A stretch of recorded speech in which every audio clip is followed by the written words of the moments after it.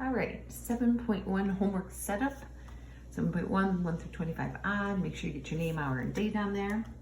So let's go. Question number 1. You're going to be solving each equation. 3g minus 12 is equal to 9g. So a couple things you can look at doing is you could add opposite right there. You can put clues at the top. Anything that you need to do to help you remember how to do some of this stuff. So I could go plus negative right there. And then I could put clues at the top of it and make it variable g, constant, variable g. So that you can immediately see who needs to go where. So if you look at this, you can see that the 3g and the 9g are on opposite sides. Remember, your goal is to isolate the variable. So the first step I'm going to do is I'm going to go ahead and I'm going to move the 3g over to the 9g because it's already alone on that right-hand side. So additive inverse is the only way to move something like that. Draw your line. Notice that you made 0 here. You're left with negative 12 on the left side. And 9 plus, remember you're always adding, 9 plus negative 3 is equal to 6g. Then you have just a one-step equation.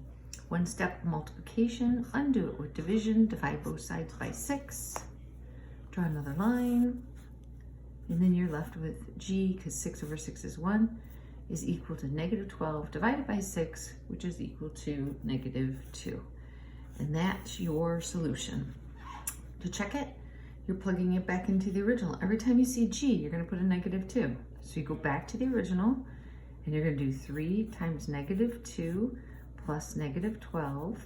And you want to know, does that equal to 9 times negative 2? So if you notice, all we did was we substituted g for what the solution was, which is negative 2. So see, that's what we're doing. And then do it, you get negative 6 plus negative 12, negative 18, and 9 times negative 2 is negative 18. It checks.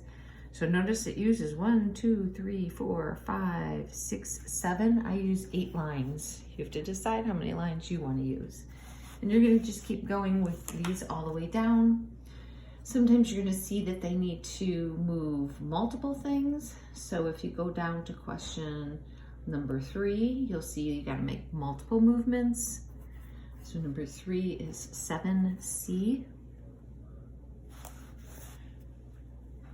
So just 7c minus 7 equal to 4c plus 17. Immediately look at this and go, all right, I'm going to add opposite. I'm going to look at my clues. I got a variable c, a constant, I have a variable c, and I have a constant. So you can see you have variables and constants on both sides. You need to make a decision. It doesn't matter which way you decide to do it, but you need to get the c's to one side and the constants to the other. It doesn't matter what side you move or what you move first. I'm going to go ahead and do negative 4c, additive inverse. Remember, that's the only way to move something is additive inverse. Additive meaning I'm adding. 7 plus negative 4 is equal to 3c. Drop that down again. Now I'm going to go ahead and I'm going to add this constant and move it over there with that constant as a positive 7. And I have a 0, additive inverse makes 0, additive inverse makes 0. And I'm left with 3c is equal to 24. One-step equation, multiplication, undo it with division. Divide both sides by the coefficient so that you can make 1. That's your multiplicative inverse. And I'm left with c equals 8. There's your solution. Check it back into the original, and you would go 7 times 8 plus negative 7, 4 times 8 plus 17.